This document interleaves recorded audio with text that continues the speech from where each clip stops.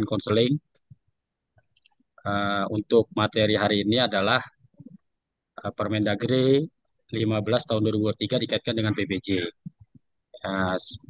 Sebelumnya, salam hormat dan salam tajim kepada pimpinan redaksi atau pimpinan MSTC, yaitu Pak Muji Santosa, serta para admin-admin yang ada, dan para peserta MSTC untuk hari ini.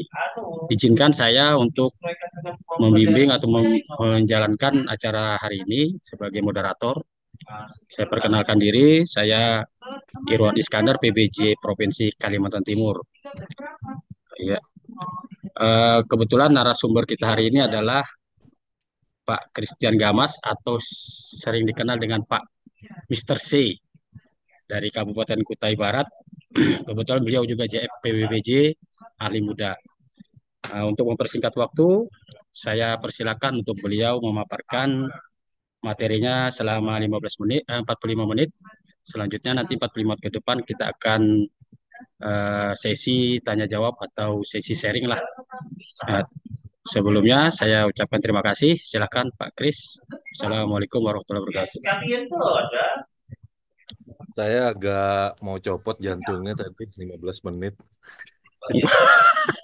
Iya. Baik, Assalamualaikum warahmatullahi wabarakatuh. Om Swastiastu, Namo Buddhaya, Shalom, salam kebajikan dan salam sejahtera untuk kita semua.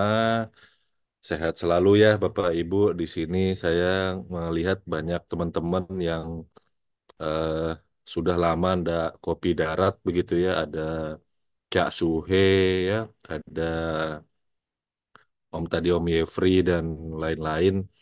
Ya, semoga kita senantiasa selalu diberi sehat selalu ya di tengah banyaknya gonjang-ganjing terkait dengan eh, isu-isu kesehatan ya, seperti pneumonia dan varian-varian baru dari COVID, tapi semoga itu tidak berpengaruh pada kehidupan kita sehari-hari. Ya, Bapak Ibu, saya didaulat Bapak Muji Santosa untuk menyampaikan begitu ya Permendagri 15 tahun 2023 tentang pedoman penyusunan anggaran pendapatan dan belanja daerah tahun anggaran 2024. Kalau boleh eh, menyampaikan review singkat begitu ya terkait dengan Permendagri 15 tahun 2023 ini tadi, sebenarnya ini bukan sesuatu yang baru bila kita memahami PP 12 2019 dengan Permendagri 77 tahun 2020. Kalau kita perhatikan isinya kurang lebih adalah pengulangan yang diarahkan begitu ya, diarahkan ke sebuah kebijakan yang ingin diselaraskan dari pemerintah pusat ke pemerintah daerah gitu ya. Sehingga Peraturan Menteri Dalam Negeri Nomor 15 Tahun 2023 ini walaupun dalam tanda petik begitu ya, dalam tanda petik diundangkannya eh, kalau di tempat saya malah setelah selesai asistensi begitu ya, itu tidak terlalu berdampak signifikan ya. Bila memang kita sudah mengikuti sistem pembangunan nasional ya dan arah-arah kebijakan dari kodifikasi program kegiatan pemerintah daerah begitu. Nah, spesial kali ini orientasinya bukan membahas Permendagrinya ya. Kalau kita lihat Permendagri 15 tahun 2023 itu sangat luas sekali. Mulai termasuk pendapatan daerah juga diatur di situ. Kita akan berfokus pada eh, kaitannya dengan pengadaan barang jasa pemerintah. Ya. Ya, eh, ya ini slide perkenalan saya, Bapak Ibu. Tujuannya ada slide ini tadi untuk apa, menjalin tali silaturahmi yang baru dan juga tali silaturahmi yang lama tanpa harus meminjam dulu 100 begitu ya. Jadi silakan di situ ada nomor kontak saya eh, bila ingin diskusi karena pagi ini saja eh, dari salah satu Pemda ada yang mengajak diskusi begitu ya terkait dengan eh, Permendagri ini begitu. Ya, seperti isu isu yang sebenarnya tidak perlu jadi isu kalau kita mengikuti saja Permendagri 77 tahun 2020 tentang keberadaan pejabat pembuat komitmen begitu ya. Ya, tapi ya, pada prinsipnya hal ini bisa ya tidak ada perbedaan yang signifikan. Nanti akan saya bahas lebih lanjut. Nah, tujuan dari pemaparan saya selama kurang lebih tersisa 40 menit ke depan ini, kita tahu nih benang merahnya proses penganggaran APBD tahun 2024 dengan pengadaan barang jasa pemerintah begitu ya. Dengan demikian saya cangkling atau saya breakdown kecil-kecil menjadi empat tahap khusus gitu ya. Oke. Ya, kita masuk ke prinsip dan kebijakan dulu ya. Bapak Ibu yang saya hormati, pemerintah ya itu memiliki hak kewenangan untuk otonom ya, sehingga dia memiliki kewenangan untuk mengurus dan mengelola rumah tangganya sendiri. Nah, dokumen yang menjelaskan sebagai rumah tangga bahwa punya pendapatan dan juga punya belanja dalam 1 tahun anggaran ini kita kenal sebagai eh, anggaran pendapatan belanja daerah yang biasanya ditetapkan dalam sebuah produk hukum ya, yaitu peraturan daerah disepakati bersama oleh kepala daerah, kemudian bersama dengan DPRD di daerah masing-masing.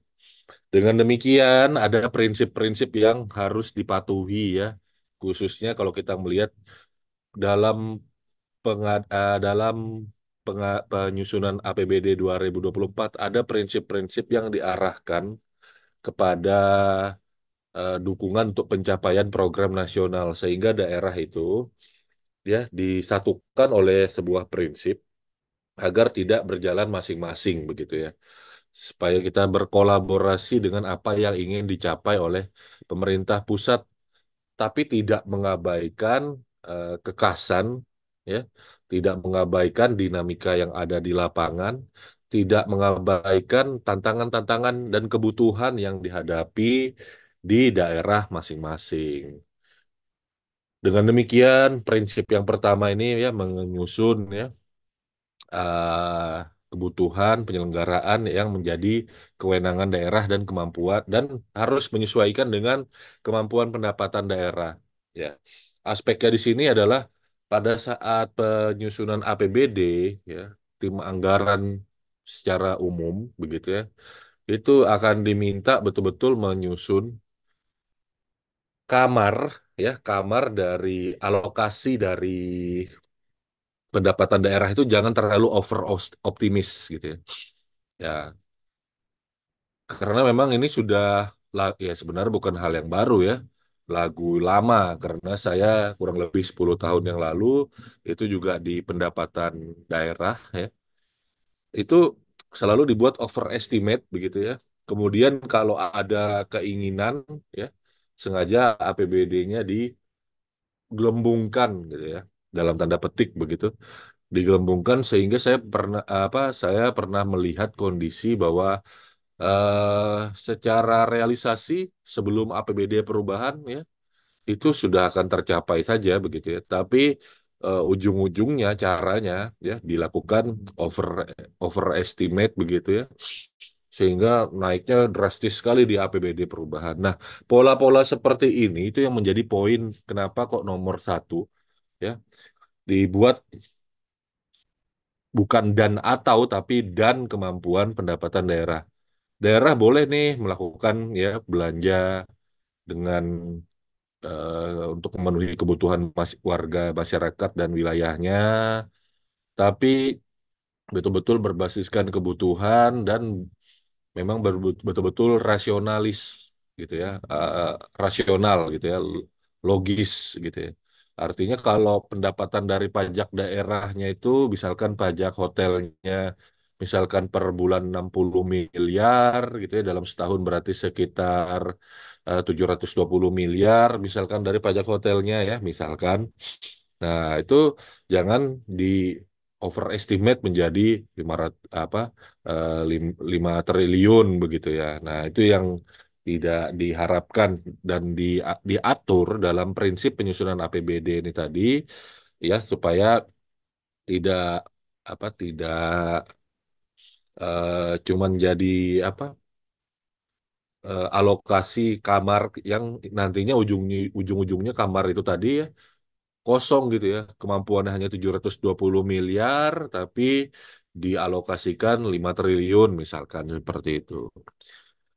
Nah, biasanya gejalanya seperti ini ya, itu mengakibatkan piutang begitu, hutang begitu ya. Hutang, APBD-nya tidak terrealisasi, nanti sudah berkontrak, terus tiba-tiba di pengadaan barang jasa pemerintahnya harus di cut off kontraknya karena duitnya nggak cukup begitu ya.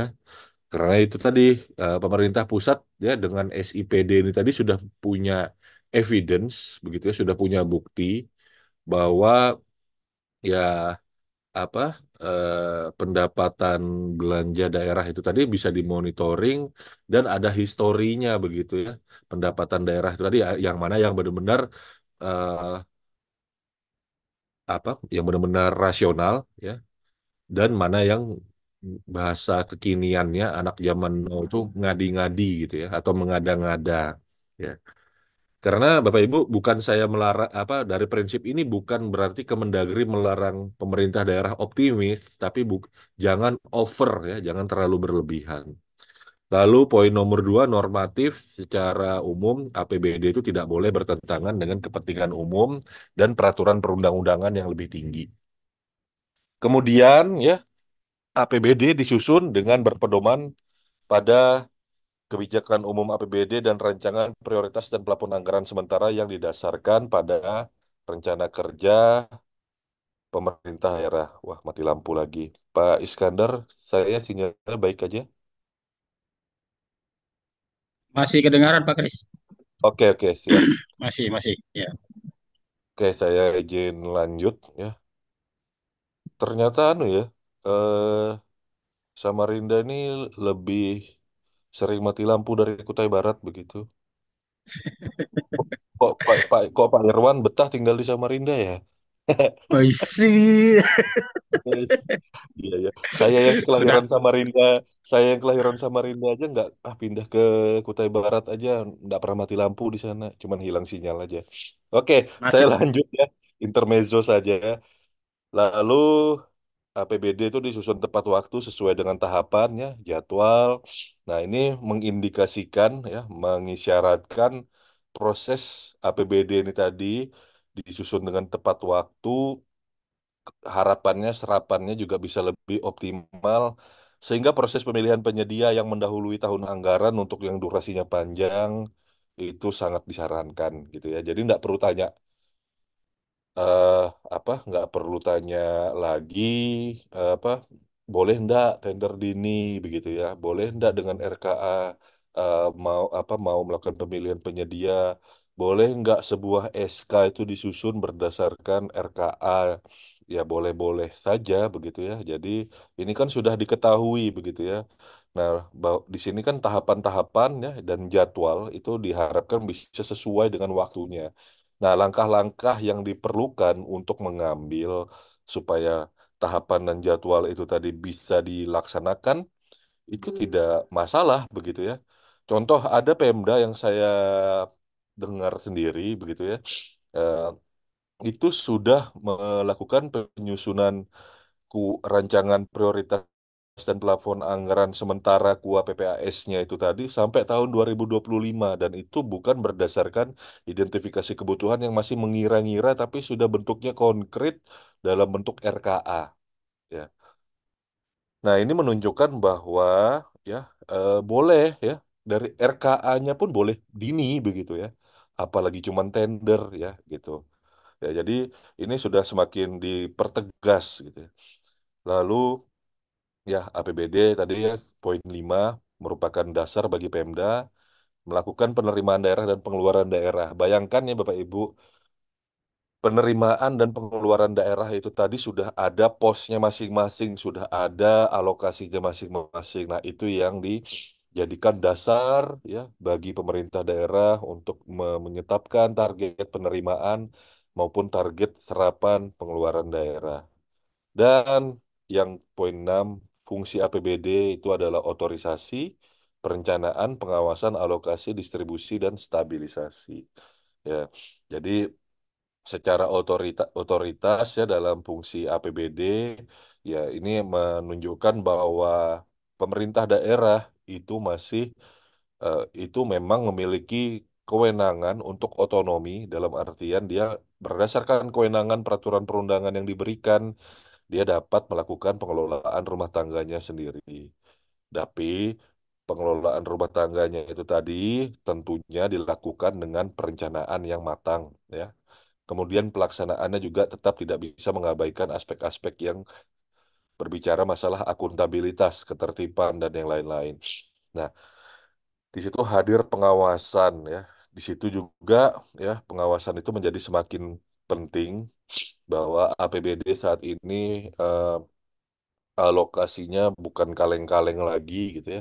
Kalau bahasa anak zaman now ya betul-betul nilainya sangat luar biasa tinggi gitu ya.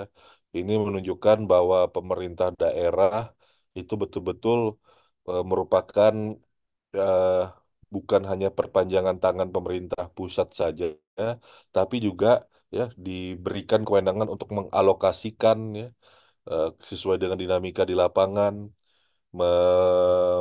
melakukan fungsi-fungsi distributif begitu ya dan stabilisasi. Jadi pemerintah daerah ya dalam taraf tertentu bisa melakukan inovasi-inovasi begitu. Contoh untuk mempercepat ya, mempercepat pelayanan publik terkait dengan administrasi kependudukan. Ya, pemerintah daerah bisa melakukan inovasi-inovasi seperti eh, kalau permasalahan yang klasik begitu ya, yang klasik itu pemerintah daerah itu tidak punya eh belangko KTP untuk yang KTP fisik begitu. Nah, di sini pemerintah daerah bisa melakukan berbagai macam upaya untuk melakukan stabilisasi atas sebuah kebutuhan layanan administrasi kependudukan. Bisa menggunakan fitur dari KTP elektronik begitu ya. KTP elektronik yang digital, mohon maaf. Ya, jadi di situ dilakukan aktivasi biometrik gitu ya, aktivasi biometrik terkait dengan pengaktifan KTP digital gitu ya, atau bahkan melakukan proses belanja hibah yang berbentuk transfer kepada pihak yang eh, harusnya menyalurkan proses pengadaan barang jasa untuk belangko-belangko itu tadi. Ya, jadi ini terjadi apa fungsi distributif hibah begitu ya antara yang pemerintah daerah kepada pemerintah pusat. Nah, dengan tujuan ya itu tadi ya melakukan distribusi berkolaborasi begitu ya. Nah, jadi itu bisa dimungkinkan fungsi APBD itu tadi untuk menjangkau sampai sejauh itu. Kalau kita pikir kan kok aneh ya, dari APBD ya, APBD itu bisa memberikan ke APBN ya. Sebenarnya dari dulu-dulu aturannya dimungkinkan begitu ya, tapi ya ini tadi ini kembali saya sampaikan bahwa prinsip penyusunan APBD di Permendagri 15 tahun 2023 ini kalau yang saya dengar ya dari berbagai macam penyampaian ini memang mempertegas gitu ya pasal-pasal yang lama tapi kita tidak biasa aja gitu ya mempertegas pasal-pasal yang sudah ada bahkan dari Permendagri pengelolaan keuangan yang sebelum 77 tahun 2020. Cuman kita belum biasa saja menggunakan pasal-pasal tersebut. Ya, jadi poin 7 dan 8 ya, pada prinsipnya sebenarnya kita ya sudah melakukan sejauh ini begitu ya. Nah, dengan demikian Bapak Ibu, eh, poin ke-9 prinsip yang paling bawah dan sengaja saya letakkan di paling bawah begitu ya dari bagannya. APBD ini memang merupakan dasar pengelolaan keuangan daerah dalam masa 1 tahun anggaran. Ya, tentunya hal ini menjadi dasar pondasi kita melaksanakan prinsip penyusunan APBD dan nantinya tetap harus jangan dilupakan ya pada saat pelaksanaannya. Oke. Dengan demikian Bapak Ibu ya, pada menyusun APBD 2024, bila kita sudah mempedomani Permendagri 77 2020, kemudian peraturan pemerintah yang lebih tinggi yaitu PP 12 ya tahun 2019, kebijakan yang harus dipenuhi ya sebenarnya bukan sesuatu yang baru begitu ya. Tapi tapi ya yang lama ya, yang lama dulu ya kayak belanja secara efisien, efektif, fokus terhadap capaian target pelayanan publik ya, meningkatkan kualitas akuntabilitas dan seterusnya itu sesuatu yang ya itu bukan bukan sesuatu yang baru begitu loh ya, tapi ada kalibrasi yang baru di sini ya kebijakannya ya. Di sini kita eh, kalau saya melihat ini kan sudah kali kedua apa ada pedoman begitu ya dalam selain Permendagri pengelolaan keuangannya lagi tiap tahun akhirnya dirilis Permendagri untuk melakukan penyusunan APBD tahun berikutnya ya. Nah ini sifatnya ya eh, bina keuangan daerah ya dan juga eh, unit-unit yang ada di Kemendagri yang melakukan pengawasan keuangan daerah itu melakukan evaluasi begitu terhadap apa yang sudah kita lakukan di tahun-tahun sebelumnya dan menyelaraskan ya ya jadi apa yang sudah ada ini tadi semakin dipertegas.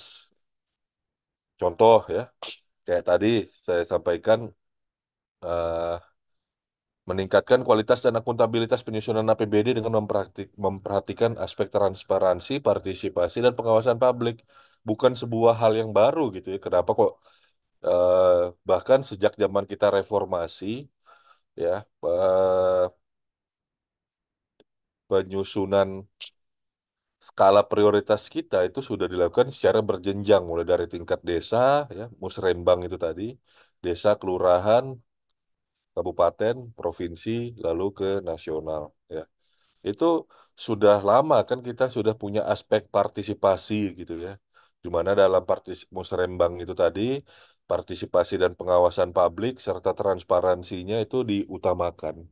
Tapi yang didorong di sini ya, karena ini tadi kalibrasinya mengarahkan agar Pemda menjadi semakin baik, maka kita didorong untuk meningkatkan kualitas dan akuntabilitasnya gitu ya. Kemudian eh, mengalokasikan yang betul-betul apa yang betul-betul di kalau saya nebaknya ya ini eh, dibuat dibuat untuk kondisi kita yang saat ini gitu ya dalam kondisi ekonomi yang tidak sedang baik-baik saja secara global gitu ya maka di sini muncul ya kebijakan mengalokasikan anggaran yang memadai guna percepatan transformasi ekonomi yang inklusif dan berkelanjutan gitu ya. Nah, jadi di sini nanti kita akan melihat bahwa kebijakan pengadaan maupun kebijakan penganggaran di APBD itu banyak cenderung mendorong digitalisasi pemerintahan begitu ya. Digitalisasi juga dalam aspek yang berkaitan dengan ekonomi. Ya, jadi ini mempermudah ya apa eh, transformasi ekonomi yang inklusif, inklusif kebalikan dari eksklusif begitu ya, sehingga bisa menghasilkan proses apa namanya transformasi ekonomi yang berkelanjutan itu tadi agar dapat tercapai. Oke, di sini Bapak Ibu kita akan membahas teknisnya begitu ya. Walaupun kita bisa dibilang ini bukan sesuatu hal yang baru, dan saat ini kebanyakan proses pelaksanaan penyusunan APBD tahun anggaran 2024 sudah usai begitu ya. Tapi ingat Bapak Ibu kita masih punya banyak waktu untuk melakukan penyesuaian ya dengan prinsip dengan kebijakan dari penyusunan pedoman APBD 2024 andai ada yang terlewatkan. Andai ada yang terlewatkan. Oke. Nah, di sini Bapak Ibu ya, eh, kalau kita perhatikan tahapan-tahapan ini tadi, ya, eh, sebenarnya kan kalau tahapan-tahapan dalam proses penyusunan APBD ini tadi ya mulai dari RKPD, KUA PPAS gitu ya, kemudian penyusunan renwal, nota keuangan, lalu menyusun dokumen DPA-nya, kemudian penyusunan perubahan APBD ini tahapan-tahapan lingkup yang ada dan bukan sesuatu yang baru gitu ya. Tapi kalau kita perhatikan di sini ya Bapak Ibu, yang menjadi sesuatu yang semakin ditegaskan adalah kecepatan pemerintah untuk membuat pedoman-pedoman ya yang menjadi eh, master data dalam proses penyusunan anggaran. Sehingga Bapak Ibu dalam penyusunan APBD 2024 dan seterusnya pasti karena kita tidak mungkin ngambil langkah mundur ya. Itu pemerintah daerah sudah harus punya standar satuan harga regional, analisis standar belanja, rencana kebutuhan barang milik daerah, dan standar teknis. Nah, ini bentuk pengejawantahan, gitu ya. Identifikasi kebutuhan kita itu tadi benar-benar teridentifikasi dengan kok paripurna, dengan komplit. Kita tidak bisa sekedar copy paste DPA dari tahun sebelumnya, ya, untuk melakukan pengadaan-pengadaan. Jadi ketika dalam melakukan identifikasi kebutuhan, salah satu data yang dipakai itu adalah rencana kebutuhan barang milik daerah. Ya. Kemudian, dalam melaksanakan proses penyusunan anggaran atas sebuah kebutuhan barang jasa tertentu, kita mengacu kepada standar satuan harga regional. Dan saat kita mengusulkan apa yang tidak ada di dalam standar harga satuan regional, kita juga punya melaksanakan analisis standar belanja ya. Jadi di situ eh, muncul berbagai macam standar satuan harga dan yang lain-lain yang merujuk kepada standar teknis begitu ya. Artinya pemerintah daerah ini tadi tidak bisa serta-merta melakukan pengadaan barang jasa itu yang melampaui dari standar yang dibutuhkan begitu ya. Misal nih ya, misal seorang eh, dari kebutuhan pejabat eselon misalkan, pejabat eselon yang punya wilayah begitu ya. Ya, eh, saat ini memang kurang fair ya kalau kita bilang kalau kita memukul rata semua daerah itu tuh sama kondisi infrastruktur jalannya sehingga kendaraan dinasnya harus dipukul rata sama semua begitu ya. Contoh aja nih kalau kayak daerahnya di Kaltim begitu ya. eh apa jalanan dalam kota itu mungkin tidak dalam kondisi yang sedang baik-baik saja karena berbagai macam beban muatan yang dilaluinya begitu ya sehingga lebih cenderung mudah berlubang dan jalanannya lebih cepat rusak begitu ya sehingga kadang-kadang di situasi tertentu itu yang di dalam kotanya yang di desa-desa lebih parah lagi sehingga dalam kondisi tertentu eh, s- standar untuk kendaraan dinas operasional itu tidak bisa disamakan dengan daerah lain yang ruang ruang lingkup kabupaten kotanya lebih kecil gitu ya. Kemudian eh, medan yang dilaluinya ya tingkat kesulitannya sehingga kalau memang ada kebutuhan gitu ya untuk eselon 4 pemegang wilayah gitu ya seperti lurah begitu itu membutuhkan kendaraan operasional yang di dalam kelurahannya itu tadi ya yang memang kendaraan double gardan, double kabin gitu ya. Nah, itu sangat dimungkinkan. Yang penting ada standarnya dulu begitu ya. Standar teknisnya ya dibuat area area kodifikasi area begitu ya. Daerah-daerah yang memang dibolehkan melakukan pengadaan kendaraan yang untuk melalui medan berat begitu. Nah, di sini prinsip dan kebijakan dalam penyusunan standar itu tadi bisa dibijaksanai seperti itu begitu ya. Nah, di dalam Permendagri 15 tahun 2023 itu juga ada ya pedoman untuk mendukung keberhasilan program nasional yang kaitannya dengan ekonomi inklusif tadi. Salah satu kebijakan yang disebut di dalamnya adalah instruksi presiden untuk percepatan ya adopsi, saya lupa judul pastinya, tapi maksudnya adalah percepatan adopsi kendaraan elektronik berbasis baterai atau electronic vehicle gitu ya.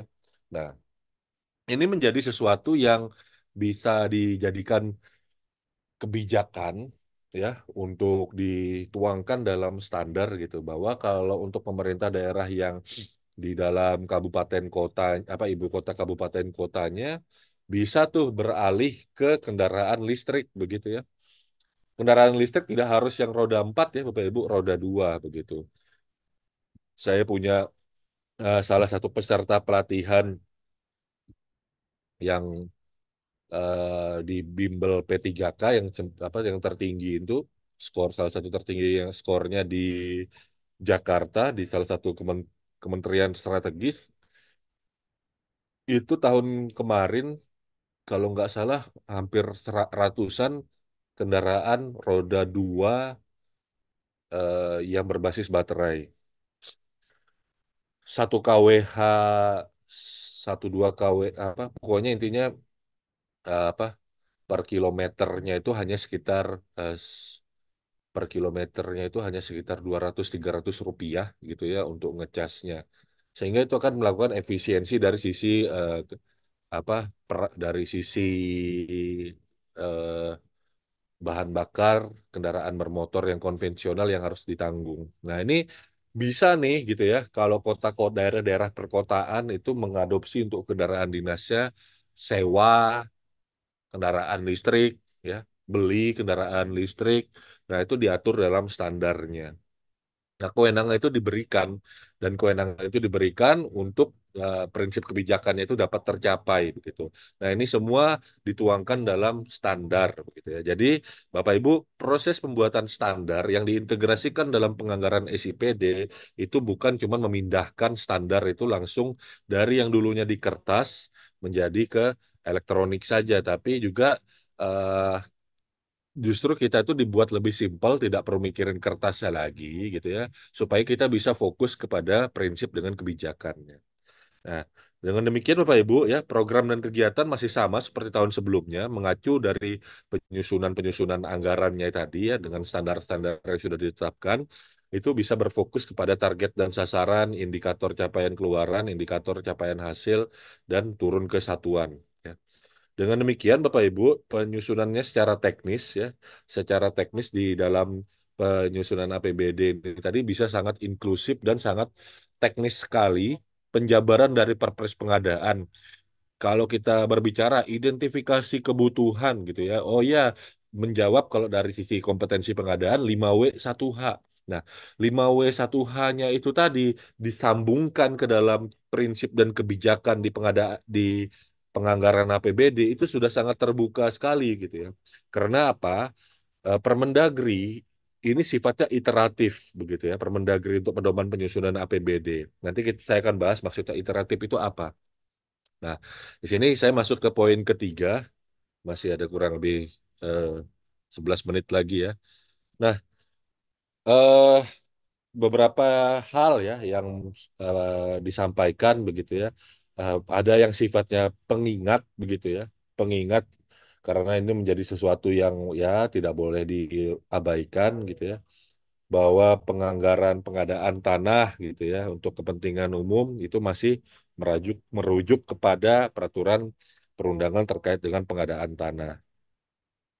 Lalu kalau kita perhatikan lagi di situ ya penganggaran pengadaan barang milik daerah. Nah, kalau Bapak Ibu baca Permendagri, kemudian baca peraturan pengelolaan barang Permendagri 77 pengelolaan keuangan, membaca peraturan pengelolaan barang milik daerah, ya. Di situ kita bisa memahami bahwa kibar atau kartu inventaris barang itu kan sebenarnya ya hasil keluaran dari proses pengadaan barang jasa gitu ya. Pengadaan barang jasa dari aspek barang pekerjaan konstruksi ya itu masuk dalam kartu inventaris barang milik daerah gitu atau yang sekarang disingkat KIBAR bukan lagi KIP ya. Nah, makanya ya makanya kalau kita perhatikan di dalam Permendagri 15 tahun 2023 poin yang saya lihat yang hijau itu tadi yang saya tandai hijau itu sangat bernuansakan perpres pengadaan barang jasa. Efisiensi ya, efektif, transparan, terbuka, bersaing, adil, akuntabel dan mendorong ya penerapan peraturan presiden terkait pengadaan barang jasa pemerintah yang mengutamakan produk dalam negeri. Nah, jadi sudah eh, dipertegas lagi gitu ya bahwa kalau PAKPA atau pejabat pelaksana teknis kegiatan ya pengelola keuangan daerah yang juga sekaligus ex officio pengelola pelaku pengadaan itu orientasinya sudah nih jangan kemakan merek untuk beli produk luar negeri begitu ya. Ya, bukan berarti yang dilarang itu eh, penggunaan produk impornya gitu ya.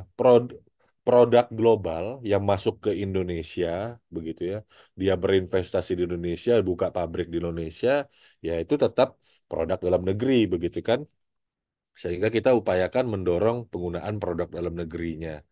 Ya, salah satu indikatornya di situ adalah produk dalam negeri yang memiliki sertifikat TKDN. Itu salah satu begitu ya. Jadi tapi jangan langsung pelintirin nih bahwa produk dalam negeri itu sama dengan yang ber-TKDN. Ya, yang lain lantas tidak gitu ya. Kan Bapak Ibu semua di sini nggak ada yang punya sertifikat dalam negeri TKDN kan.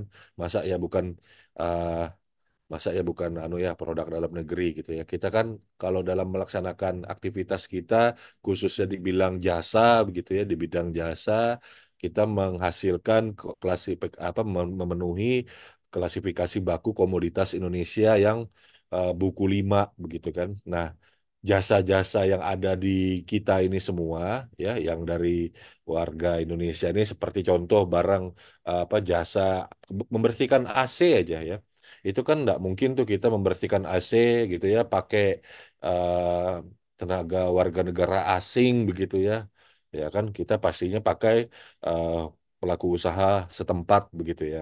Nah, mereka orang WNI asli begitu ya, tapi tidak ada jasanya kan tidak punya sertifikat TKDN karena apa? Sertifikat TKDN itu hanya untuk barang begitu kan. Nah, lantas ya produk dalam negeri itu kurang tepat juga kalau dilihat selalu dari aspek dia punya sertifikat, makanya dimungkinkan melakukan estimasi gitu ya. Nah, itu menjadi sesuatu. Utamakan produk ya, karena produk dalam negeri ini pasal 1 angka 29 huruf 29A Perpres Pengadaan Barang Jasa Pemerintah, produk itu ya barang jasa begitu yang dihasilkan atau yang dibuat oleh pelaku usaha ya. Nah, tadi saya sampaikan nih, ya, sudah diselaraskan Permendagri kita ini tadi, Permendagri 15 tahun 2023 dalam proses pengadaan barang jasa pemerintahnya untuk eh, value for money begitu ya. Nah, di sini ada kebijakan-kebijakan begitu ya. Seperti tadi yang sempat saya sampaikan ya, mengalokasikan anggaran minimal 40% untuk usaha kecil dan koperasi dari total anggaran belanja barang jasa. Itu digaungkan dalam Permendagri. TKDN ditambah BMP 40%, kalau produk itu sudah ada, maka kita wajib beli produk dalam negeri. Ya. Jadi kalau jadi TKDN dan BMP itu tadi indikator ya, indikator kalau sudah tidak bisa beli produk luar negeri gitu ya. Jadi kalau misalkan laptop ada yang sudah TKDN plus BMP-nya 40%, maka kita wajib beli yang ada tulisannya Made in Indonesia atau buatan Indonesia. Bukan harus me- ya salah satu indikatornya ya kalau sudah ada, maka kita mengutamakan yang ber-TKDN plus BMP. TKDN-nya 25%, BMP-nya 15% gitu ya. Nah, tapi bukan berarti lantas stop belanja kalau tidak ada barang yang ber-TKDN. Contoh yang tidak bisa, yang belum ada ya, belum ada saat ini, tapi mudah-mudahan ke depan akan ada begitu ya. Karena kalau kita ngelihat sekarang dengan meningkatnya, boomingnya pemberian sertifikat begitu ya. Banyak sekali produk-produk yang merek global itu sudah punya TKDN begitu ya, sudah punya fasilitas di dalam negeri, sudah menanamkan sehingga perusahaannya sudah menjadi lebih bermanfaat bagi perputaran uang di dalam negeri. Nah, yang contoh yang nggak ada itu masih belum ada nih ya, CT scan, alat-alat medis gitu ya, alat-alat medis yang menggunakan apa? Menggunakan teknologi apa? Teknologi atom gitu ya, teknologi nuklir gitu ya. Nah, radioaktif ya, radiologi gitu. Nah, seperti CT scan itu kan memang kita belum ada industrinya di sini begitu ya. Karena memang kita tidak tidak bergerak di bidang tersebut begitu ya selama ini industrinya. Nah, kalau tidak ada CT scan-nya gitu kan yang ber-TKDN, bukan berarti kita tidak boleh beli produk impor karena CT scan memang impor semua TKDN plus BMP belum ada yang 40% untuk CT scan. Nah, itu menjadi tidak wajib lagi begitu ya. Maka itu yang ditekankan dalam Permendagri ini ya. Lalu juga kewajiban melakukan pengadaan barang jasa dengan SPSE, mengurangi manual gitu ya. Terus memiliki kompetensi ya, SDM yang kompetensi. Dengan ketentuan yang sekarang ini, maka sudah sewajarnya memang semua orang Pemda itu sudah kompeten di bidang pengadaan barang jasa pemerintah. Nah, lalu yang perlu saya sampaikan lagi ya, terkait dengan Permendagri 15 ini tadi, ya. Ini ada akumulasi pengetahuan terkait pengadaan barang jasa pemerintah maupun regulasi-regulasi lain yang sudah ada sebelumnya ya itu tetap diakumulasikan begitu ya. Artinya selama peraturan yang lebih tinggi ini tadi, makanya salah satu prinsip di dalam Permendagri 15 2023. Jadi prinsip itu jangan di skip ya kalau dibaca itu pas harus mematuhi peraturan perundangan yang lebih tinggi. Ya. Jadi selama peraturan perundangan yang lebih tinggi di atas Permendagri ini belum dicabut, ya itu masih berlaku. Kalau tidak terlihat, tidak tertulis, bukan berarti tidak ada lagi, bukan berarti tidak berlaku lagi, begitu ya. Contoh di Permendagri 84 tahun 2022 itu ada ketentuan tentang bukti pertanggungjawaban menggunakan bentuk kontrak yang isinya copy paste persis sama maknanya dengan Perpres 16 2018 dan perubahannya. Jadi di situ disebutkan apa yang dimaksud dengan bukti pembelian, bukti pembayaran, kwitansi, SPK, surat perjanjian, surat pesanan. Nah, di Permendagri 15 tahun 2023 ya eh, itu nggak disebutin lagi, tapi bukan berarti kita kembali lagi gitu. Wah, nggak disebutin nih di Permendagri 15 gitu ya. Ya. Jadi sekarang kita bisa lagi nih pakai bentuk kontrak yang aneh-aneh gitu ya. Ada SPK kecil, SPK mikro, SPK Type C begitu ya. Terus kayak colokan charger handphone aja ada SPK mikro gitu ya. Sekalian aja ada SPK Type C begitu ya. Ini guyonan aja sih. Ya, yang aneh-aneh ya tetap masih berlaku karena tadi prinsip dari Permendagri ya 15 2023 ini mematuhi peraturan perundangan yang berlaku.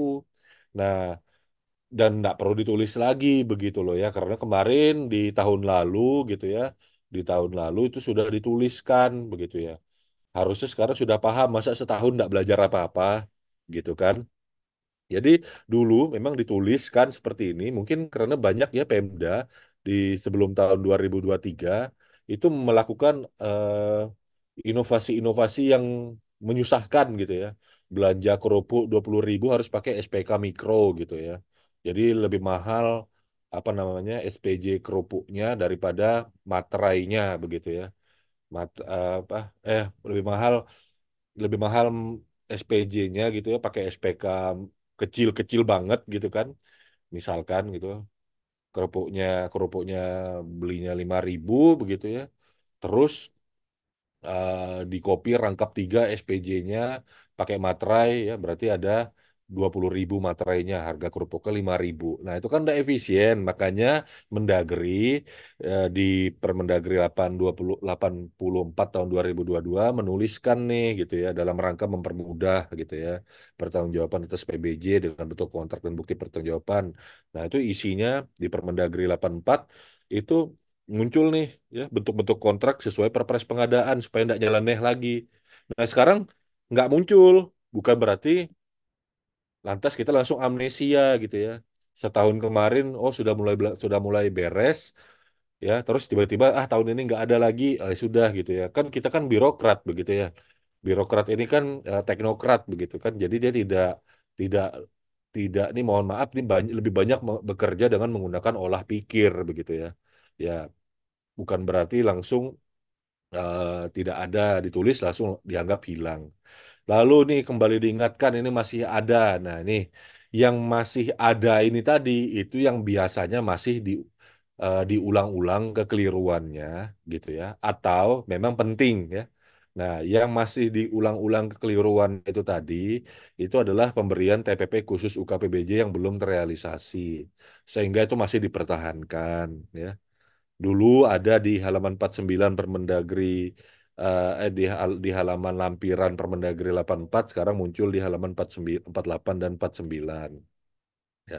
Jadi TPP khusus untuk UKPBJ itu tetap masih ada begitu ya. Lalu Bapak Ibu yang berikutnya yang banyak masalah pencatatan full costing dalam belanja modal jasa konsultansi konstruksi. Kita mengadopsi full costing Bapak Ibu ya. Artinya kalau sebuah aset ya, misal saya buat ada gedung bangunan sekolah begitu. Gedung bangunan sekolah itu tercatat di aset 10 miliar. Terus dia ditambahkan lagi eh, ruang kelas baru.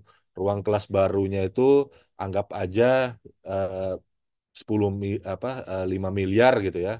5 miliarnya ini tadi ya itu eh, fisiknya saja.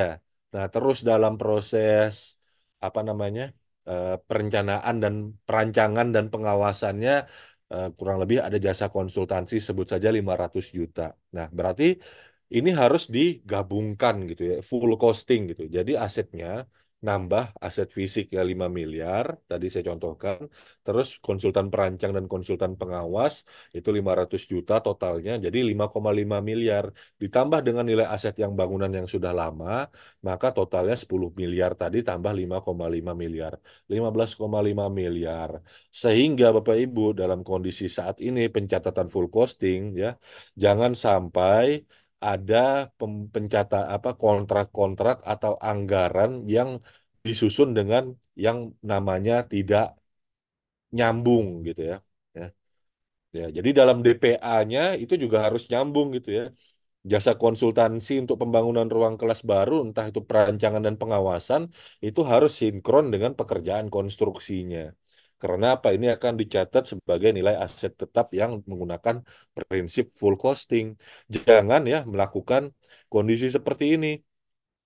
Jasa konsultansi pembangunan ruang kelas baru gitu ya. Mungkin salah judul ya pada saat mengejar seleksi dininya zaman tahun lalu begitu ya, itu pakai ruang kelas baru. Nah, begitu tanda tangan kontrak begitu ya, masih menggunakan nama DPA yang lama gitu. Tapi ruang lingkupnya sebenarnya adalah pekerjaan konstruksi pembangunan rumah kedinasan guru. Nah, ketika dilakukan terjadi seperti ini ya, tidak diubah di dalam APBD perubahan. Jadi seharusnya kalau hal ini terjadi ya, mungkin karena kesalahan pemberian nama karena tadi terburu-buru di seleksi dininya ya, lupa dirubah di DPA pergeseran atau DPA perubahan, lupa diganti judulnya, kontraknya masih tetap sehingga pada saat di perbendaharaan lagi menyiapkan melakukan pembayaran, karena kan orang teman-teman di perbendaharaan itu bukan bermaksud menyusahkan Bapak Ibu, tapi memang mereka punya berusaha juga untuk mendukung prinsip dari pencatatan asetnya ya, yang nanti dilakukan oleh bidang akuntansi. Suplai datanya itu kan dari mereka salah satunya, nanti baru direkon ke Anda begitu. Nah, kalau dalam kondisi loh ini pekerjaan konsultan perancangan, konsultan pengawasannya namanya pembangunan ruang kelas baru, tapi kok kontrak fisiknya pembangunan rumah kedinasan guru. Nah, ini nilai aset tetapnya gimana? Itu nggak bisa tercatat dengan bagus begitu ya. sehingga harus dicatat dengan baik, harus selaras seperti yang kondisi yang benar ini tadi gitu ya. Selaras nih mulai dari jasa konsultansi perancangan, jasa konsultansi pengawasan sampai pekerjaan fisiknya. Karena pencatatan sistem akuntansi kita itu menerapkan asas full costing itu tadi ya. Dan ini kalau kita ngelihat ilustrasi ini kelihatannya lucu begitu ya, tapi terjadi gitu ya. Terjadi gitu Bapak Ibu. Ya, jadi eh, tahun ini saya dari berbagai Pemda ada sekitar 15-an yang konsul dari Badan Keuangan Aset Daerah. Saya sampai lupa nama Pemdanya apa aja. Masalah ini. Nah, makanya hal ini akhirnya digaungkan juga dalam Permendagri 15 tahun 2023 gitu ya. Ini menjadi sesuatu yang semakin eh, ya bukan semakin ya, tapi memang betul-betul digarisbawahi cukup tebal gitu ya. Lalu Bapak Ibu ada yang sifatnya pendetilan, penting, masih dipertahankan dan didetilkan. Ya. Waktu Pak Kris, di agak dicepatin ya, bisa Pak Kris. oh Waktunya, sangat baca. iya, iya. Ya, siap. Ya. Injury time dikit ya, Pak. Jadi waktu pada saat di Muji Santosa Training and Consulting begitu ya, saya menyampaikan bahwa belanja hibah berupa barang itu di materi yang tahun lalu ya tahun lalu atau tahun ini gitu ya pokoknya oh tahun ini mohon maaf itu saya menegaskan bahwa kalau kita belanja hibah ini tadi berbentuk transfer gitu ya uang masuk ke penerima hibah berdasarkan NPHD ya itu cukup tidak menggunakan perpres pengadaan. Tapi kalau dia tadi boleh dilihat tuh YouTube-nya ya di YouTube-nya di channel YouTube-nya MSTC ya. Ada bagan yang saya gambarkan itu tadi pengadaan barang jasanya tetap pakai perpres ya. Karena apa? Saya memandomani perpres pengadaan PP 12 2019 Permendagri Pengelolaan Keuangan daerah, Permendagri pengelolaan barang milik daerah begitu.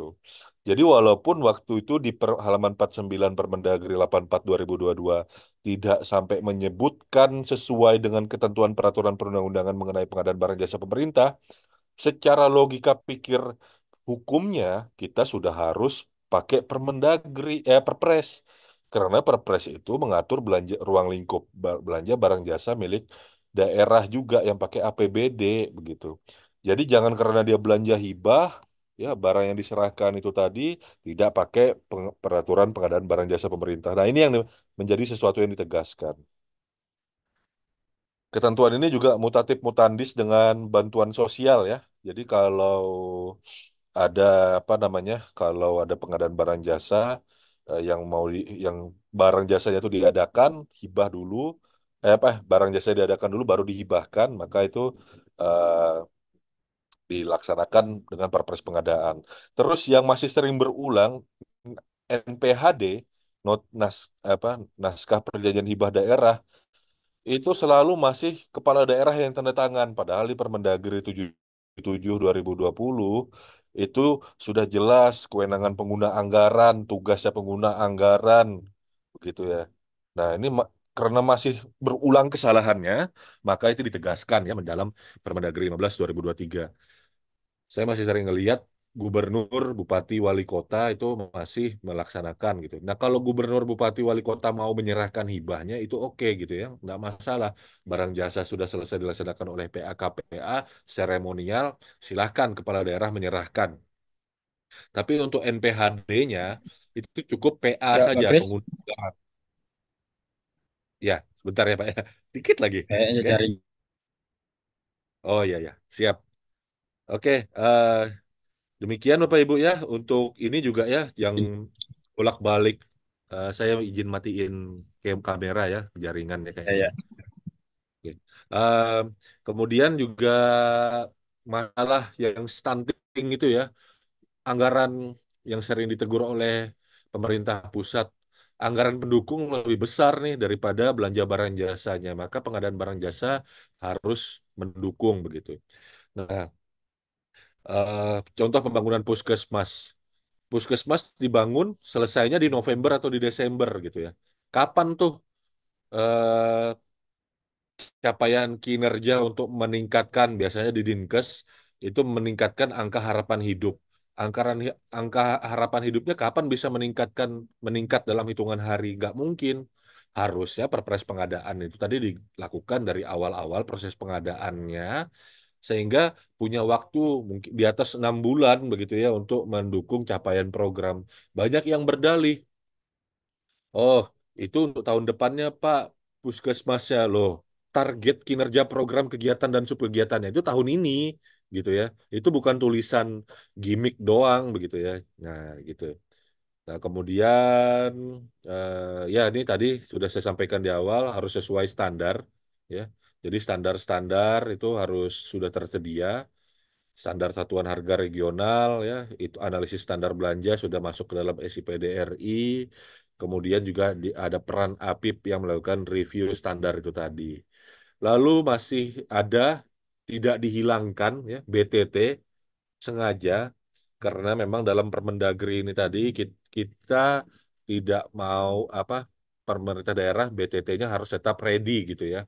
Sehingga masih dituliskan ulang gitu ya kaitannya dengan Permendagri 77 terkait dengan pemanfaatan belanja tidak terduga yang mana kalau terjadi pengadaan untuk penanganan keadaan darurat ya maka itu masih menggunakan aspek pengadaan barang jasa pemerintah yang khusus, yaitu di dalamnya ada pengadaan barang jasa pemerintah penanganan keadaan darurat. BLUT juga ya masih ditegaskan karena banyak yang berasumsi bahwa BLUD termasuk pengadaan dikecualikan sehingga tidak perlu mengumumkan RUP.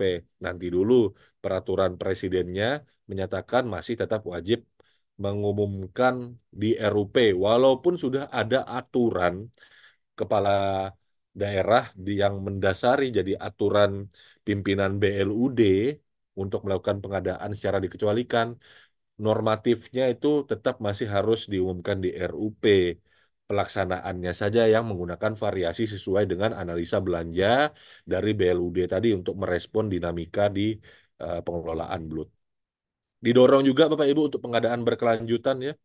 Ya, jadi seperti kayak electric vehicle ya, kemudian pengelolaan sampah berbasis refuse derived fuel RDF untuk daerah yang lokasinya dekat dengan PLTU begitu ya. Nah, ini juga bertujuan untuk mendorong gitu ya bahwa pasal pengadaan barang jasa pemerintah untuk pengadaan berkelanjutan pasal 68 aspek ekonomi, sosial dan lingkungan hidup itu juga didorong. Kemudian juga pemerintah daerah ya didorong untuk berinovasi ya untuk mendorong berbagai macam inovasi-inovasi di daerah. Contoh ya pemanfaatan aspal buton itu juga disebutkan dalam Permendagri 15 2023. Ini juga mengisyaratkan begitu ya kalau barang jasa di daerah itu tadi bisa terstandarisasi dengan baik sehingga terakomodir dalam peraturan perundang-undangan, dia juga akan mendapatkan prioritas. Maka Bapak Ibu mungkin bukan tidak mungkin begitu ya akan ada material-material dalam negeri yang bisa diprioritaskan begitu ya untuk digunakan dalam pekerjaan konstruksi. Nah, ini juga masih sama, kita masih tidak lepas dari bangga buatan Indonesia, ini akan terus-menerus digaungkan gitu ya, supaya kita akan bisa menjadi next superpower berikutnya. Oke, nah dengan bangga buatan Indonesia ini tadi dalam pengadaan barang jasa pemerintahnya itu kita memanfaatkan sistem pengadaan secara elektronik khususnya e-purchasing. Lalu, oke, kemudian ya paket untuk UMK juga masih tetap menjadi salah satu kebijakan ya. Ya, kemudian mendorong sistem pemerintah berbasis elektronik ya. Jadi orientasinya lebih ke arah belanja barang jasa yang mendukung SPBE dapat dilakukan. Tidak harus beli, bisa sewa, begitu ya. Nah, terus juga menggunakan sistem pengadaan secara elektronik secara penuh, ya, eh, sehingga kita juga bisa melaksanakan pengadaan barang jasa dengan optimal. Kemudian pengadaan belanja jasa yang akan diberikan kepada pihak-pihak lain ya seperti masyarakat. Ini itu dianggarkan ya. Jadi dianggarkannya itu sebesar harga beli gitu ya.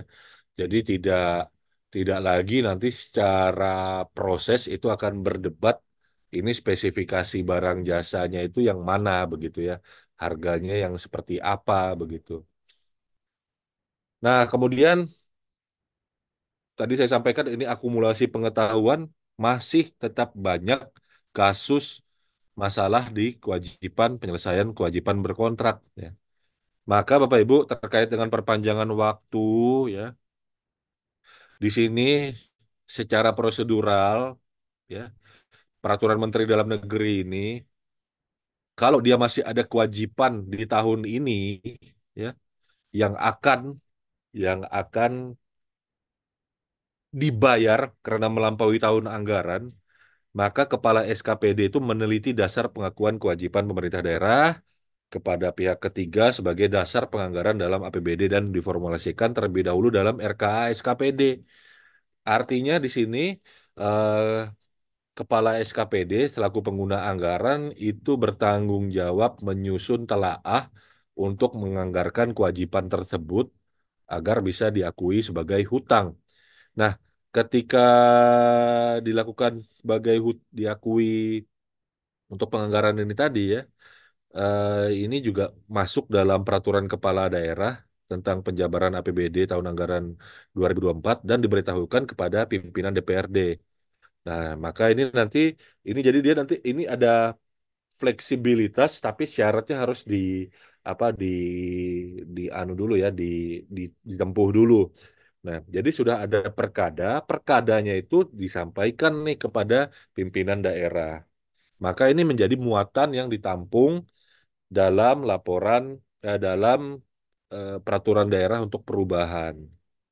Nah, kemudian setelah itu baru apa setelah dalam pelaksanaan penganggarannya ya pembayarannya ini tadi itu dianggarkan begitu ya dalam program kegiatan dan subkegiatan serta kode rekening yang memang berkesesuaian dan pembayarannya dilaksanakan setelah perubahan DPA SKPD itu sah begitu ya.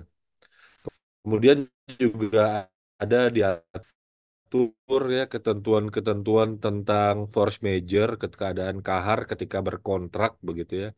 Ya di sini juga dijelaskan begitu ya bahwa eh, memang sebenarnya bukan sesuatu yang baru sih ya. Cuman kadang-kadang PA itu pengguna anggaran dia bisa lupa kalau dia kepala SKPD-nya begitu kan. Mungkin ya. Makanya sampai harus dituliskan seperti ini. Jadi kepala SKPD ya itu meneliti sebab-sebab. Jadi ini menjadi lebih teknis sehingga ketika ada permasalahan penanganan kewajiban kontrak, pengguna anggaran itu ya kepala satuan kerja perangkat daerah itu tidak lupa dia pengguna anggaran. Maka dalam Perpres disebutkan pengguna anggaran, di Permendagri disebutkan kepala SKPD, walaupun sebenarnya bahasa yang disebutkan itu sama sebenarnya. Apa yang teknis yang harus dilakukan itu sebenarnya sama. Nah, ini untuk mencegah lupa aja gitu ya. Kadang-kadang, saya kepala SKPD ya gitu. Misalkan kayak Pak Muklis kan kepala Satuan Kerja Perangkat Daerah. Mungkin mungkin ada Pak Muklis, mungkin dia bisa lupa tuh kalau gara-gara Pak Muklis suka lupa tuh ya. eh, Dia itu adalah pengguna anggaran inspektorat, makanya akhirnya keluar nih apa penulisan yang detail seperti ini dalam Permendagri 15. Oke, mungkin seperti itu aja yang penting poin-poin pentingnya ya. Tapi di sini ya kalau dalam terkait dengan penanganan pembayaran kewajiban karena permasalahan di kontrak yang melampaui tahun anggaran maupun keadaan kahar ya yang harus dibayarkan itu nanti di tahun depan tetap harus melalui hasil review dari APIP atau inspektorat. Ini juga bukan sesuatu yang baru. Tahun ini saya juga mendampingi salah satu perangkat daerah ketika dia di review APIP untuk penanganan kontrak-kontrak yang melampaui tahun anggaran seperti itu. Jadi bukan sesuatu yang baru. Cuman dituliskan ulang lebih detail, lebih rinci sampai kepada pelakunya supaya mengingatkan saja bahwa oh ini nih loh pihak-pihak yang berwenang. Demikian mungkin yang bisa saya sampaikan. Mohon maaf Pak Moderator, ini agak molor dikit.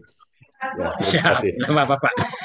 Iya, terima kasih Pak Kris atas materi yang sudah dipaparkan. Ini ada pertanyaan di kolom chat Pak Kris. Di kolom chat itu dari IKI Kabupaten PPU. Wah, masih Kaltim ini. Izin bertanya, batasan seorang PPTK tanda tangan pada dokumen SPC, apakah PPTK diperkenankan tanda tangan di kwitansi pembayaran menurut aturan terkini? Oke. Ya, eh jadi batasan seorang PPTK ya kalau kita lihat ya sebenarnya kalau batasannya itu kan sudah diatur tuh di Permendagri nomor 77 tahun 2020 begitu ya. Pejabat pelaksana teknis keuangan yang melaksanakan pengelolaan keuangan dalam eh, bah- saya apa ya menyampaikan bukan apa yang tertulis letter leg ya. Tapi PPTK itu kan hadir fungsinya kan sebagai pelaksana teknis kegiatan dari aspek administratif pengelolaan keuangan ya. Jadi perikatan memang betul ada di PAKPA begitu ya, tapi dalam pengelolaan pada sampai dengan tahapan subkegiatan dan rincian-rincian yang di dalamnya itu ada kewenangan tersebut begitu ya. Nah, kwitansinya begitu ya. Tapi kan kwitansi itu kan bahan untuk naik ke eh, pejabat penatausahaan keuangan ya PPK SKPD. Dari PPK SKPD itu kan berlanjut lagi ke proses sampai muncul SP2D ya. Jadi memang kewenangannya PPTK itu tadi sebagai fungsi otorisasi begitu loh bahwa oh ini dalam sebuah kegiatan atau subkegiatan yang dibidangi berdasarkan tugas jawabannya tugas jabatan saya ini sudah apa saya laksanakan. Nah, coba kalau kita balik nih, seandainya kewenangan itu tidak ada. Nah, terus itu PPTK ngapain begitu? Ya kan? Jadi Iya, PPTK muncul karena ada sesuatu yang harus dia lakukan. Nah, salah satunya melakukan melaksanakan dan juga otorisasi gitu kan. Nah, makanya kan kita dalam proses perbendaharaan sorry penganggaran itu ada akun PPTK. Di perbendaharaan juga ada akun PPTK-nya, begitu kan? Pada saat di penatausahaan keuangan itu kan ada akun PPTK-nya. Nah, itu di SIPD itu kan sudah keluar tuh print out-nya dengan tanda tangannya gitu loh. Jadi secara regulasi, secara aplikasi itu muncul ya kewenangannya ini tadi kan memang tanda tangan nih kwitansi untuk pembayaran kepada pihak ketiga. Tapi kalau saya ngelihat ya di sini ya kalau saya lihat sini mungkin ada kekeliruan pemahaman saja. Kwitansi dari aspek keuangan itu berbeda dengan kwitansi dari aspek kontrak. Nah, sepertinya ini tercampur jadi confuse. Bisa jadi nih, ya karena ada bunyinya PA-KPA bertindak sebagai pejabat pembuat komitmen, ya kan?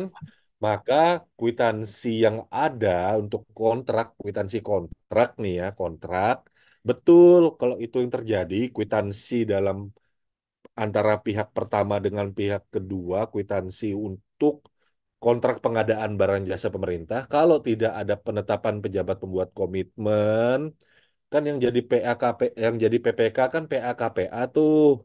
Nah, memang tidak ada kewenangannya pejabat pelaksana teknis kegiatan itu menandatangani kontrak di Perpres. Sehingga mungkin confuse-nya di situ begitu ya. Jadi iya, eh, kalau dari aspek pengelolaan keuangan, kwitansi pembayaran untuk aspek pengelolaan keuangan itu memang tugas PPTK. Tapi kalau untuk dari aspek kwitansi yang di sini maksudnya adalah kwitansi kontrak, bentuk kontrak pengadaan barang jasa pemerintah, ya ini memang tidak ada kewenangannya. Seperti itu. iya. Jadi untuk kwitansi bentuk kontrak itu tetap kewenangannya PPK, KPA atau KPA Pak Kris ya. Tapi Ya, untuk keuangan, kwitansi keuangan itu baru PPTK. betul. Diperkenankan untuk tanda tangan. Oh iya, Ya memang Bapak itu Ibu, tugasnya. iya, sesuai kewenangannya dia. Bapak Ibu yang ingin langsung berbicara silahkan raise hand. yang ingin langsung mengungkapkan isi hati lah. Ini ada satu dari Pak Muji nih Pak Kris. Apa biaya administratif kegiatan juga masih dalam full costing, termasuk biaya honor Sidin Oh, ya, ya, ya, ya. Iran, tapi Irwan, koreksinya Irwan Ya, sebagai saya pendamping tadi kontrak. tiap mohon maaf Pak Muji ini anu tadi. Eh, Full costing ini tadi kan ketika kita berbicara belanja modal ya. Tadi saya penekanannya kurang ke situ. Nah, jadi kalau kayak belanja jasa konsultansi itu kan dihitung sebagai belanja modal. Jadi yang full costingnya ini Pak Suhu izin memang yang dimaksud adalah full costing untuk belanja modalnya. Karena kan belanja modal ini yang dicatat sebagai aset tetap gitu. Nah, jadi kalau kayak honornya apa Om Honor honor Irwan honor R honoran. ini ya kalau sebagai pendamping kontrak dia nggak masuk itu administrasi saja itu masuk dalam eh, belanja barang jasa sih jadi tidak masuk Iya. dalam. Ya, ini lagi Pak Kris ada dari Pak Sopian Senen. Pak Sopian Senen. Izin bertanya Pak, untuk APBD Kabupaten, APBD dianggap sah ketika ditandatanganin gubernur atau pada saat pengesahan DPRD. Ini menyangkut penentuan tanggal kontrak tender dini Pak. Jadi APBD Kabupaten itu dianggap sah ketika ditandatangani gubernur atau pengesahan DPRD gitu Pak. Ini obrolan tepi jurang nih ya saya diposisikan agak ke pinggir jurang ini. Pertanyaannya ini tadi ya karena kan kalau kita mau apa bahas perilaku di lapangan gitu ya. Tanda tangannya bisa di bulan Maret, April, tapi kan Tanggalnya Juni bulan Januari Pak Kris ya. dan tanggalnya Desember dong, gitu kan? Ya kan, tanggalnya Desember gitu. Jadi eh begini aja deh Pak, apa kalau Pak Sofian selalu ya kalau kita lihat sekarang kita ini kan menuju ke arah yang lebih baik begitu ya. eh Penetapan APBD itu de facto-nya mungkin bisa tanggal yang berbeda begitu, tapi de jure-nya itu dia berdasarkan perdanya begitu ya. Sehingga ya APBD itu sudah dianggap sah ketika perdanya sudah disahkan begitu ya. Nah, APBD-nya sudah disahkan. Nah, jadi ya udah kita bisa melihat pola-pola yang lama aja begitu. Pola-pola yang lama itu kan tidak pernah bohong begitu ya. Aplikasi bisa di aplikasi saat ini sudah membantu kita untuk menyadarkan para pengambil keputusan bahwa ya silahkan aja masih gitu ya. DPA itu Anda geser-geser, Anda masih apa segala macam gitu ya dalam tanda petik ya untuk ini makanya saya bilang tadi obrolannya udah agak tepi jurang begitu kan. Pak, tapi ya itu tadi ya ketika ada geser apa segala macam jejak digitalnya itu nggak mungkin hilang gitu ya. Nah, eh ini akan apa akan terekam lah begitu ya. Mungkin memang sekarang penindakannya belum ada begitu. Ya, jadi eh, sebenarnya kalau kita berbicara ya kita lihat dari karena kita hukum administrasi ya, kita ngelihat dari tanggal di sahkannya di pengesahan di DPRD-nya begitu ya. Ya, karena perdanya itu dicatat dalam lembaran daerah begitu kan. Dicatat di lembaran daerah sehingga itulah yang menjadi pedoman kita begitu. Seperti itu. Walaupun ya tadi praktek de facto-nya itu ya akrobat begitu ya. Ya, nggak apa-apa akrobat aja terus. Ada aja kadang kalanya itu bisa keseleo. Nah, gitu. Oke. Iya, iya Pak Kris. Iya, ada lagi Bapak Ibu yang ingin langsung mengungkapkan isi hati, langsung berbicara langsung dengan narasumber. Ini ada lagi Pak Kris di kolom chat Pak Kiri Rusmanto. Langsung mau bicara Kak Pak Kiri Rusmanto? Tapi Pak pertanyaannya saya Kiri sudah Rusmanto. nangkap sih. Iya, perbedaan kwitansi dan regulasi itu dengan keuangan dengan regulasi pengadaan. Ya, Jadi kan dalam Perpres Pengadaan Barang Jasa Pemerintah itu kan ada yang namanya bentuk kontrak, Pak. Bentuk kontrak itu ya buk 0 sampai dengan 10 juta namanya bukti pembelian bukti pembayaran ya. 0 sampai 50 juta untuk konstruksi sama sorry untuk SPK, barang dan SPK, jasa lainnya itu 0 sampai 50 juta itu namanya pakai kwitansi. Nah, itu bentuk kontrak, kwitansi. Pak. Ya, itu perikatan kontrak apa kontrak pemerintah ya pelaku pengadaan pemerintah dengan penyedia. Nah, ketika barang jasanya ini sudah diserah terimakan, buktinya apa? Selain berita acara serah terima, ya dokumentasi barang-barang itu tadi kan ada kontraknya nih. Nah, itu namanya kwitansi. Diusulkan nih ke orang keuangan. Nah, orang keuangan ini kan fungsinya sebagai pihak yang mengotorisasi, ini boleh dibayar apa tidak. Nah, dia periksa nih kontraknya udah lengkap enggak. Dia udah periksa barangnya sudah diterima apa tidak, apa segala macam dokumennya tuh secara administratif udah lengkap nih. Nah, kwitansi yang pengadaan barang jasa ini tadi ya 50 juta ke bawah untuk jasa lainnya atau barang itu bentuk kontrak, kwitansi bentuk kontrak itu dasar hukumnya Perpres ya. Nah, setelah clear, oh udah boleh dibayarin nih, udah masuk kayak diusulkan nih untuk penerbitan SP2D-nya. Nah, salah satu di dokumen yang muncul ya untuk supaya bisa keluar SP2D itu tadi bersamaan sih ya, bukan bukan hanya untuk ya, bersamaan itu tadi adalah kwitansi keuangan gitu ya. Jadi itu kwitansi itu tadi munculnya itu di saat di mengurus keuangannya.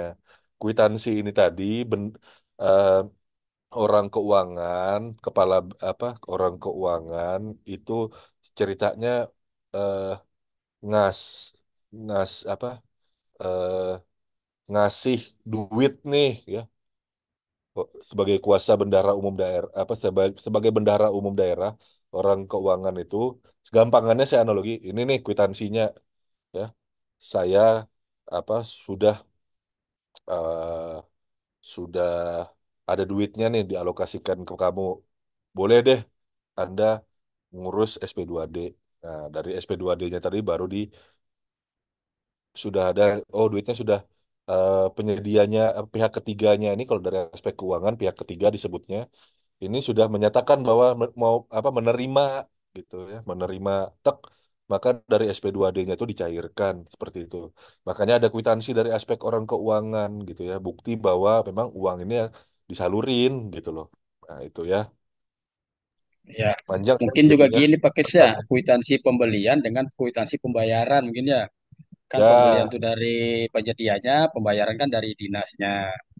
nah, Itu sama-sama kwitansi tapi beda ininya, beda fungsi.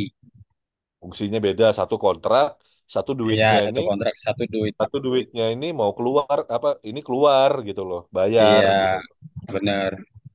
Nah, ini Pak Kris dari Yuda lagi nih. Pembiayaan honorarium untuk PPKOM di Pemda, Pak. Sesuai dengan Eh, Permendagri 15 tuh. ya udah Mungkin, Pak. lekatkan aja PPTK udah beres. Saya Iya, nggak mau berdebat lagi. Itu sudah tahun 2021 kan. Nah, pada iya, masih ngeyel kan gitu kan. Ya sudah rasakan akibatnya gitulah. Udah gitu aja. iya. Kalau kalau mau honor UKPBJ Pak Kris ya, TPP Iya, khususnya. pindah ke KPBJ sudah. Iya, ada TPP khusus tuh. Ya. Ditegaskan lagi di Permendagri 15. Nah, tapi Pak Yuda jangan-jangan saya kurang I- etis juga mohon maaf. Jadi gini ya, eh PP apa PPK kan bahasanya itu kan PA KPA dalam hal tidak ada penetapan pejabat pembuat komitmen maka dibantu oleh PPTK yang memiliki kompetensi PPK. BK. Surat edaran Mendagri dengan LKPP menyebutkan bahwa ya, kedudukan PA KPA itu sudah didudukan jelas di Permendagri sebagai pejabat pembuat komitmen. Kenapa? Belum tentu semua beban kerja organisasi itu sama begitu. Tapi kebanyakan beban organisasi itu tadi tidak membutuhkan pejabat pembuat komitmen. Mayoritas, ya mayoritas. yang minoritas itu PU gitu ya. Nah, Ya, jadi anggarannya gede dia kan. Nah, ketika mau mendapatkan PPK gimana? Maka PAKPA kan punya kewenangan menetapkan PPK, tapi diatur ya. Kenapa? Ya, karena di Permendagri di standar harga regional kan tidak ada tuh PPTK. Jadi, ketika dia mau ditetapkan sebagai pejabat pembuat komitmen, maka pejabat pembuat komitmen itu tadi sekaligus sebagai PPTK-nya. Begitu. Sehingga dia mendapatkan kewenangannya PPTK, dia mendapatkan kewenangannya pejabat pembuat komitmen, tapi honornya satu aja namanya PPTK. Ya, kenapa kok diatur sampai seribet ini, Bapak Ibu? Banyak terjadi permasalahan. Ada pejabat pembuat komitmen, ada pejabat pelaksana teknis kegiatan. Pejabat pembuat komitmen ya tanda tangan kontrak, tapi kalau dia mau rapat makan minum dengan penyedia, gitu ya, dia udah dapat duitnya. Karena apa? PPTK-nya sudah belanja duluan. Nah, jadi, aturan yang ada saat ini itu untuk mengamankan kalau PPK diangkat, maka jadikanlah dia PPTK atas kegiatan atau subkegiatan itu tadi. Sehingga dia punya kewenangan penuh selain honorarium, dia punya kewenangan penuh atas pengadaan barang jasa pemerintah yang ada dalam kegiatan subkegiatan itu tadi. Sehingga kita bisa fair begitu ya Bapak Ibu ya. Ini jalan tengah gitu, organisasi yang tidak perlu ada beban kerja berlebih, yang tidak ada, sorry, belepotan, yang tidak ada beban kerja berlebih, tidak perlu mengangkat pejabat pembuat komitmen, ya, sehingga PAKPA bertindak sebagai pejabat pembuat komitmen. Ketika pejabat pembuat komitmen diperlukan, maka eh, tetapkan dia sebagai pejabat pembuat komitmen sekaligus dia menjadi pejabat pelaksana teknis kegiatan supaya apa? Supaya ada honornya. Makanya besaran honorarium standar harga regional untuk PPTK itu sama persis dengan pejabat pembuat komitmen. Itu ada maksudnya. Ya, bukan cuman kebetulan iseng aja copy paste, bukan gitu. Nah, supaya apa? PPK itu tadi punya kewenangan yang sama dengan PPTK-nya dalam pengelolaan kegiatan dan subkegiatan. Seperti itu. Karena ada banyak PPTK yang ya dia tidak jadi pejabat pembuat komitmen, tapi dia pakai anggaran pejabat pembuat komitmen. Itu juga sekaligus untuk melindungi ketika PPTK itu menjadi pejabat pembuat komitmen, ya. Itu juga untuk melindungi bahwa ada kondisi-kondisi PPTK di berbagai daerah bisa terjerat masalah hukum untuk pengadaan barang jasa pemerintah yang dilakukan oleh PPK yang lain. Jadi PPTK itu ya PPK begitu. Begitu ya, kalau dia ada PPTK yang hadir karena membantu tugas PAKPA itu PPK yang tidak tanda tangan kontrak. Tapi kalau dibutuhkan pejabat pembuat komitmen yang tanda tangan kontrak, maka pejabat pembuat komitmen itu adalah PPTK juga begitu di kegiatan dan subkegiatan itu tadi, supaya tadi ya punya kewenangan, karena PPK ini itu kewenangan yang sama dengan PAKPA dalam skala mikro spesifik untuk pengadaan barang jasa di sebuah kegiatan. Kalau dia ada pengadaan barang jasa tapi kegiatannya dia tidak kendalikan, amburadul. Nah, jadi kita jangan ngelihat bahwa Permendagri dengan Perpres itu ada pertentangan, tapi kita selaraskan gitu loh. Selaraskan bagaimana? Ya, buat kriterianya, ya kan? Aturannya sudah jelas di Permendagri 77 gitu. Bahwa ketika ada PPTK yang di luar dari pejabat struktural mau ditetapkan buat kriterianya. Kepala daerah buat kriteria untuk menetapkan pejabat pelaksana teknis kegiatan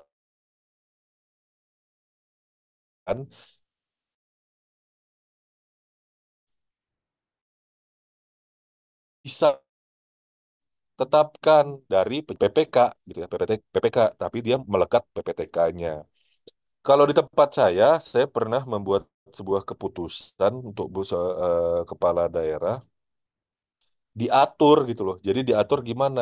Seorang kepala daerah gitu ya, seorang PA-KPA kalau dia mau mengangkat pejabat pembuat komitmen selain kriteria kompetensi ya juga diatur alokasi pembagian beban kerja begitu. Artinya apa?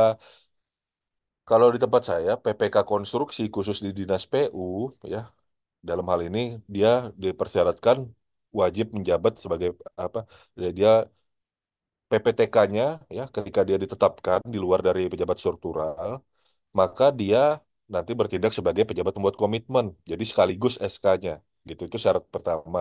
Syarat kedua, syarat pertamanya kan punya kompetensinya. Lalu dia atasannya, ya PA KPA yang membidangi kegiatan dan subkegiatan itu tadi, itu juga harus pegang volume rupiah, paket kegiatan dan subkegiatan. Jadi kalau dia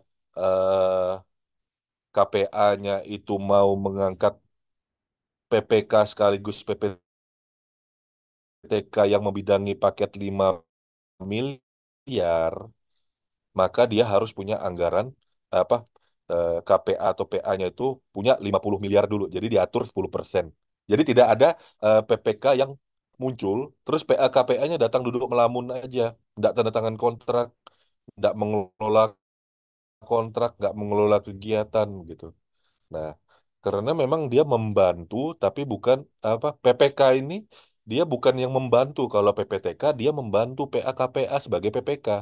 Nah, kalau PPK ini dia kewenangannya penuh, full, sehingga dialah PPTK-nya begitu. Nah, jadi kalau PAKPA ketika bertindak sebagai pejabat pembuat komitmen mau menetapkan PPK lagi di paket yang tidak dia pegang, maka nilainya digabung total PPK-nya itu tadi menjadi kalau di tempat saya diatur kriterianya 10% dari program kegiatan paketnya dipegang oleh PAKPA. Tujuannya apa? Ya, selain tadi kriterianya jelas, Bapak Ibu bisa bayangkan begitu ya, PPK ini kan delegasinya PAKPA ya. Ya, boleh PAKPA itu tadi memberikan mandat boleh memberikan perintah, boleh memberikan arahan. Nah, tapi yang nyetir tetap harus pejabat pembuat komitmen yang bertindak sebagai pejabat pelaksana teknis kegiatan gitu loh. Kita nggak bisa bayangkan kalau maksudnya apa? Kenapa kok Permendagri ini segitu rewelnya begitu ya? PPK itu kalau mau dijadiin harus jadi PPTK. Bayangkan nih Bapak Ibu lagi nyetir ya, mobilnya Matic gitu ya. Mobilnya Matic. Ngegas tuh. Terus tuh PPTK di belakang yang duduk jadi penumpang atau PA-KPA yang duduk jadi penumpang itu mendadak narik tuas narik dari D ke R. Gerak apa gak hancur tuh gearboxnya, ya kan? Makanya diatur demikian, tidak ada honor terpisah. Kalau mau jadi PPK yang terima honor, sekaliguslah jadi PPTK supaya mengelola kegiatan subkegiatan secara penuh. Seperti itu.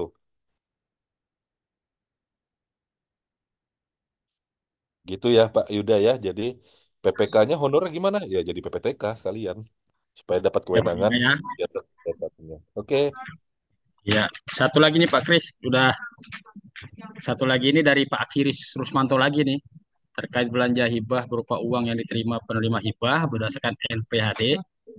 Tadi disebutkan pengadaannya juga menggunakan regulasi pengadaan. Kok sulit ya Pak? Uangnya kan sudah di penerima hibah dan mereka tidak terikat sistem LPS juga.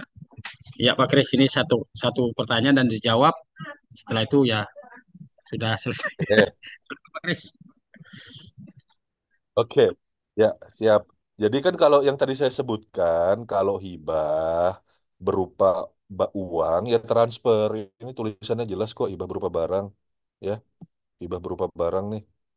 Jadi kalau hibahnya itu berupa barang ya pengadaan barang jasa dulu, baru ya. Bukan hibah. Kalau hibah berupa uang langsung transfer aja. Itu Pak. Ya, clear ya? Clear Pak Kris. Oke dah. Karena waktu juga yang memisahkan kita nih. Oke, Ya, siap. terima kasih banyak Pak Kris. Ya, Pak Muji ada yang ingin disampaikan Pak?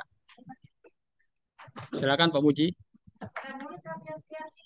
Terima kasih Pak Iran atas moderatornya. Terima kasih juga pada Pak Gamas. Jadi pada kesempatan ini kita bisa mendengarkan hal yang suatu yang jarang sekali ya. Pembahasan mengenai Permendagri mengenai penyiapan APBD 2024 dikaitkan dengan apa ini pengadaan barang jasa. Jadi ini lebih pembahasan lebih implementatif.